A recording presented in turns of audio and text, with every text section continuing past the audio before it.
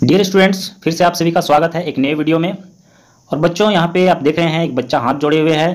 तो आपको बतला दूं कि जब भी हम लोग कोई काम का शुरुआत करते हैं तो सबसे पहले हम ईश्वर से प्रार्थना करते हैं कि वो काम हमारा सफल हो जाए जो हम करने जा रहे हैं। जैसे कि आप लोग स्कूल जाते हैं तो स्कूल में जाते ही पढ़ाई शुरू नहीं हो जाती है। स्कूल जाते हैं तो सबसे पहले हम लोग क्या करते हैं, पहले प्रार्थना करते हैं, हे ईश्वर, हम यहाँ पे ज्ञान प्राप्त करने के उद्देश्य से यहाँ पे आए हैं और आप हमारी मदद करें ताकि हम यहाँ पे ज्ञान प्राप्त कर सकें।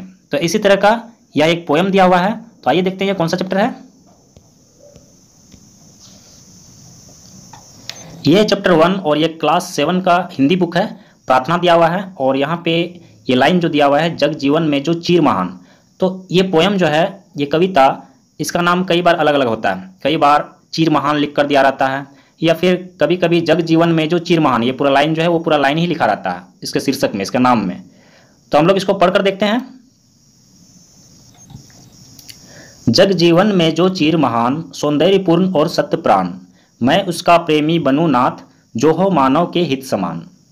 यहाँ पे इस कविता को सुमित्रा नंदन पंत जी लिखे हुए हैं और वे ईश्वर से प्रार्थना करते हुए कहते हैं, हे प्रभु, मैं उस व्यक्ति से प्रेम करूं जिसका जीवन इस संसार में सदैव महान रहा है और जो मानव कल्याण में लगा रहता है,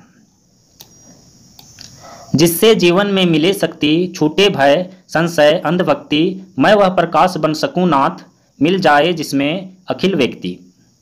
और आगे कवि कहते हैं कि हे प्रभु, मेरे जीवन में ज्ञान रूपी ऐसा प्रकाश भर दीजिए जिससे मन का डर, संदेह और बिना सोचे समझे किसी के पीछे चलने की आदत छूट जाए और मैं संसार के सभी व्यक्तियों के साथ हिल मिलकर रह सकूं। और अगला पंक्ति यहाँ पे दिया हुआ है, पाकर प्रभु तुमसे अमर दान, करके मानव का परित्राण, ला सकूं विश्व में एक बार फिर से नव जीवन का विहान। तो यहाँ पे कवि आगे कह रहे हैं कि हे प्रभु, आपसे ज्ञान रूपी प्रकाश प्राप्त करके मैं संसार के प्राणियों की रक्षा करते हुए उनको जागरण का संदेश दे सकूं और इस संसार में नवीन प्रगति ला सकूं।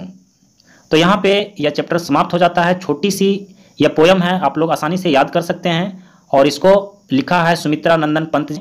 तो यह पोयम 7 क्लास में इस बार दिया हुआ है, कई बार अलग अलग क्लास में दिया हुआ रहता है। जब हम लोग पढ़ाई कर रहे थे उस समय हम लोगों को नीचे क्लास में ही मिल गया था। तो आइए देखते हैं इसमें क्या क्वेश्चंस दिया हुआ है। यहाँ पे शब्दार्थ एवं टिप्पणियाँ, यहाँ पे कुछ वर्ड्स दिया हुआ है और जिसका हिंदी मीनिंग ही दिया हुआ है। तो आसान समझने की भूल कभी ना करें, हिंदी मीनिंग भी आप लोगों को पढ़ना है और याद करना है। और 2 नंबर में उत्तर दीजिए, यह इस चैप्टर का मेन क्वेश्चन है। इस कविता के रचयिता कौन है? तो सुमित्रा नंदन पंत जी हैं। और यहाँ पे 5 नंबर में सरलार्थ लिखो, मतलब भावार्थ लिखने के लिए कहा गया है।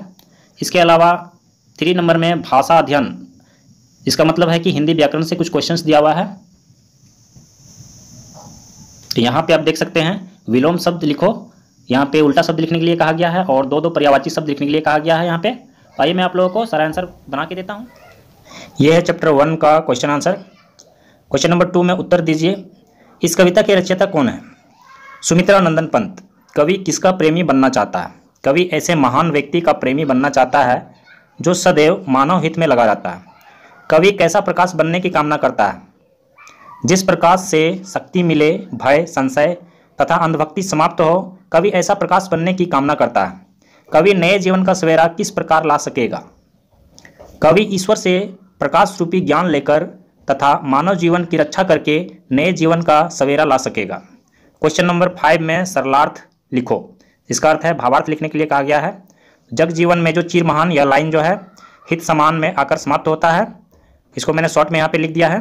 तो इसका भावार्थ है, कवि ईश्वर से प्रार्थना करते हुए कहते हैं कि हे प्रभु, मैं उस व्यक्ति से प्रेम करूं जिसका जीवन इस संसार में सदैव महान रहा है और जो मानव कल्याण में लगा रहता है।